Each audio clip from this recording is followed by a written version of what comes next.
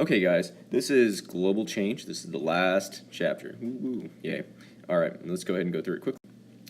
All right, so we're going to look at the difference between global change, global climate change, and global warming. And basically, those just are in decreasing order of broadness, right? So it goes from global change, which has to do with all the chemical, biological, physical changes.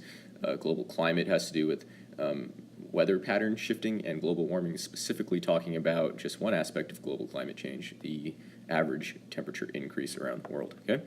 All right, explain the process underlying greenhouse effect, right? So we're going to look at how it's kind of similar to a greenhouse, an actual greenhouse that you would grow plants in, and how it's a little bit different. But basically, you get the same effect out of it. Identify the natural and anthropogenic sources of greenhouse gases. We're going to talk about some nasty little buggers and why some of them are more deadly than others. And is carbon really all that bad? Is it such a bad thing? We'll talk about that, and we'll review some of those things from earlier this year.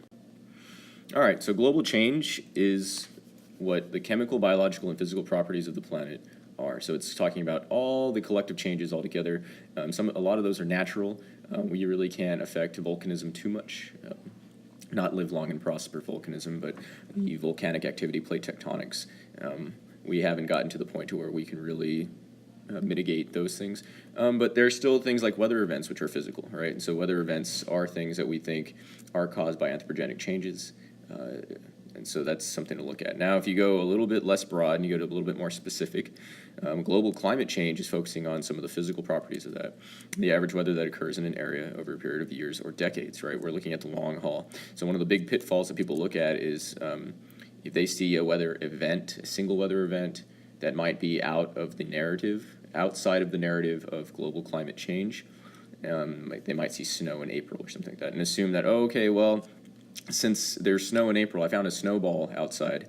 The globe isn't warming. It's actually kind of cold right now. Well, that's why we're looking at the trends over a period of decades. It's a strength when you're trying to prove an argument or you're trying to prove a case, so you can act some sort of regulation or action to subvert disaster. But at the same time, it's a weakness because since it is happening over a long period of time, human beings are very, very short-sighted. That's part of our evolutionary imperative to kind of act in the short term. We're very bad long-term planners, especially things that happen within decades or even outside of our lifespans, right? That's crazy. Okay, global warming, of course, is just looking at the average warming of the oceans and the land masses and atmospheres of Earth, and these have very big ramifications, even though the global averages don't seem to be that big in the human perspective. All right, so here's a chart that kind of breaks that down. You might want to pause this and look over it again. Okay, so let's look at the interplay between solar radiation and greenhouse gases. Okay, so if we didn't have solar radiation, we didn't have the sun, even though it gets really hot sometimes, we couldn't have any of the life functions or any of the things that happen on Earth, right? So all of the energy we get inherently comes at some point from the Earth, with the exception of geothermal, or with the exception of like geothermal and things like that. But everything is solar powered, from wind to currents to weather, everything. Okay, everything. All of our biomatter derives from plants that got energy from the sun. So we are solar powered. All right. So some of the UV radiation that comes in from the sun with the visible light is absorbed by the ozone layer. And we know that the tropospheric ozone is the stuff that we like because it blocks out harmful UVB and UVC. But the UVA and UVB, sorry, my bad. And UVC still gets through a little bit because it has a slightly longer wavelength.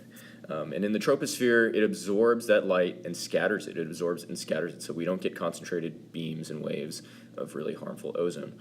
All right. So it's going to pass through the atmosphere and strike the Earth, where it's converted into lower energy. So it degrades a little bit into lower energy infrared, which is heat. Okay, infrared means heat, so you need to know that. Okay, infrared means heat. All right. Now that stuff.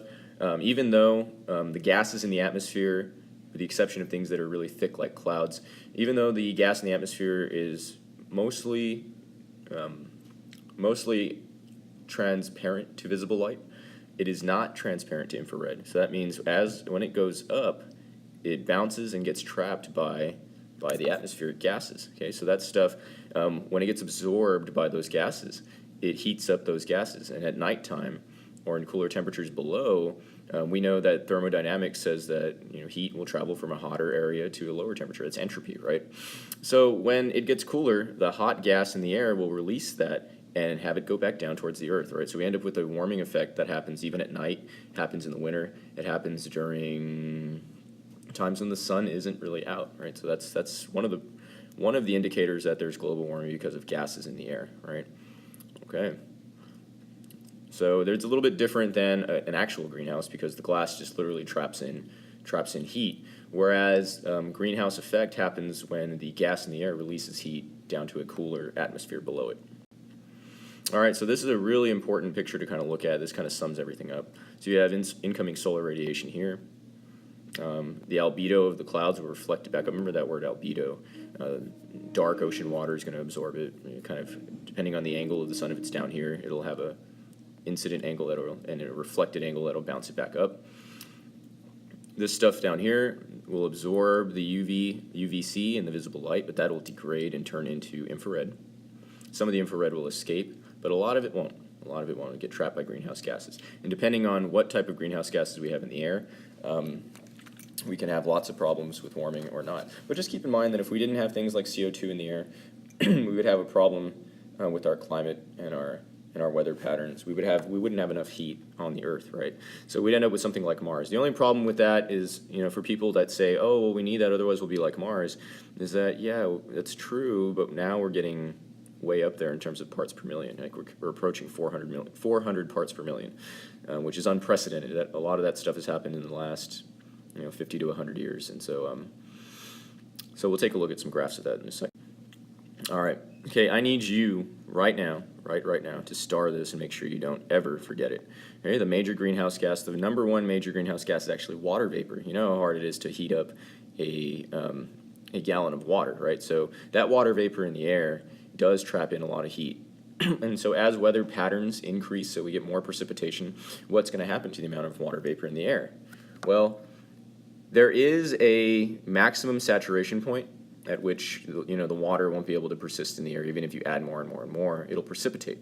But this will happen more frequently, right? So the frequency of high amounts of water in the air will increase. So we will, on average, have more greenhouse gas water in the air. It'll precipitate, of course, at a certain point, but you'll have, it'll be a wetter sky, and that's really what it comes down to. Next up, this is the one we always complain about. This is the carbon dioxide, CO2. And CO2 is a major greenhouse gas contributor. And there is a difference. There is a big difference between CO2 emitted from volcanoes, which is a natural source of greenhouse gases, and the anthropogenic, or the human source CO2, right? You can tell chemically that they are different, right? They have a different radioactive or nuclear makeup, right? So it's slightly different. They're isotopes. So the isotopes of carbon that human beings generally pump out from industry and fossil fuels are nuclearly a little bit different, so you can tell, right? It's not like, oh, we just can't tell which one is which. You can. Okay, right after that is methane, and while methane isn't as prevalent in the atmosphere, because of the amount of time that it can persist in the air, so because the time is much higher than the time for CO2. Let me write that out a little bit better. So time for methane is greater than the time for CO2. Right, and so because of that, this is much more deadly greenhouse gas. Nitrous oxide, even worse, and tropospheric ozone, believe it or not, is actually also a greenhouse gas. And one of the ones you need to remember also that's not up here are your CFCs. So CFCs are way, way more potent greenhouse gases than any of these things on here. They can persist for hundreds, if not thousands of years in the air. And you remember why? It's because the chlorine in CFC has a really high activity level. Right? It's very willing to trade places with things like ozone, with the excess molecules in ozone, right? So you end up with chlorides, chlorides, and things like that in the atmosphere. All right, so the contribution of each gas to global warming depends in part on its greenhouse warming potential. So this is what we were talking about right now. It's not just how much of it's in the air, but it's other things like its potential to heat up, like things like its chemical makeup, the bond lengths, or how easy it is to break those bonds, how much energy it can absorb before the bonds break, how long it'll persist in the air, the volume of that gas in the air. So all that stuff really matters, right? So greenhouse warming potential is an estimate of how much a molecule of any compound can contribute to global warming in the next 100 years relative to CO2. So we're using CO2 as a reference point, okay? All right, so this is what I was talking about earlier. So check it out, water vapor, even though there is a whole lot of it, it is the greatest natural contributor to global warming and greenhouse gas effect. It is only in the air for about 9 days. Okay, so now let's look at carbon dioxide. This is the reference point, of course. And then from there, methane. Even look at the parts per million. Much, much smaller, right? But look at the global warming potential, 25 times greater than carbon dioxide. And look at, here's why. Here's one of the reasons why, at least. It can persist in the air for much longer. Nitrous oxide, so N2O, and we're going to get into some of these sources of these other compounds in just a second. Only 0.3 parts per million, so much, much less than any of these. But look, 300 times more global warming potential than carbon. And it's because it can persist in the air for so long. Now, chlorofluorocarbons, or CFCs, all right, your CFCs, you get from like refrigerants and things like that, 0.9 parts per million, so really not that high, but look at the global warming potential. And look at how long it could stay in the air.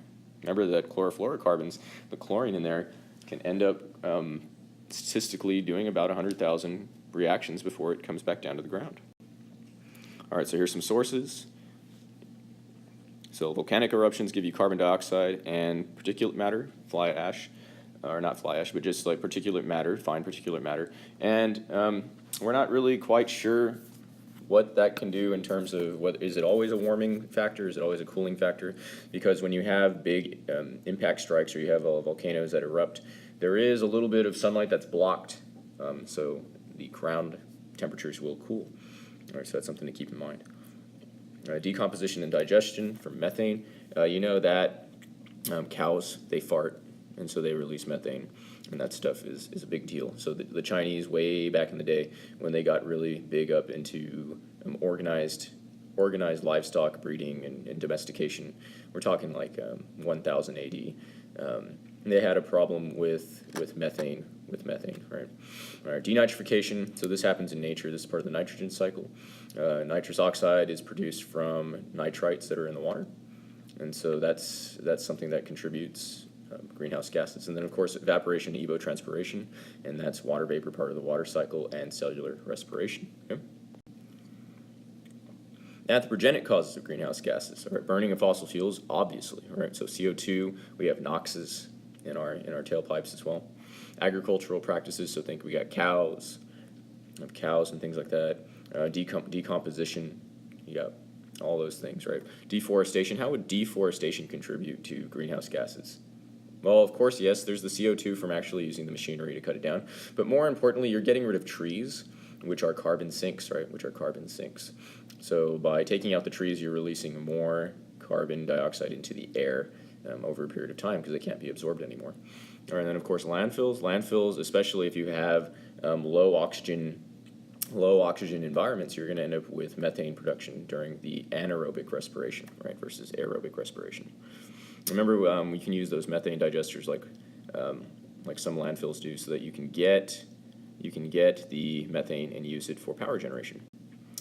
All right, so you need to know this really, really well. I'd probably add this to your note card or something like that. These are all the different greenhouse gases. Make sure that you can draw this picture and accurately label which gases are coming from where. Okay, that's very, very important. All right, then here's the breakdown. Let's go ahead and take a look over here. Okay, so here's the ranking of methane sources. A lot of it's from energy production and combustion. There's a lot of leakage when you make a natural gas pipeline and when you drill for natural gas. Remember that methane is a little bit cleaner when it comes to how much CO2 is put up in the air because you don't have very many impurities. You're just burning straight methane. So that's kind of the one nice thing about it. Of course, you put methane in the air, which has a much higher global warming potential. Remember those manure lagoons we talked about? Those things are anaerobic, so they're going to be pumping out lots of methane. Here we go. Here's nitrous oxide, agricultural soils.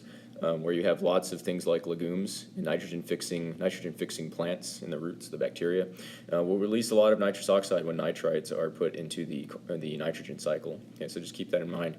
Even when we try to do things like what's that called? Like integrated agriculture, where you try to make sure that everything's like, synergetic, that a lot of nitrous oxide is produced. And then combustion of fossil fuels and also fertilizers and things like that to make them.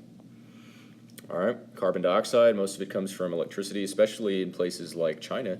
In the last few years, they have more than doubled their CO2 production from putting up coal plants. And transportation, this is one way that we really need to consider cutting down, right? Because this is something we all do. All right, so that's 18A. Look over it, go through your textbook and add things to it. Good luck.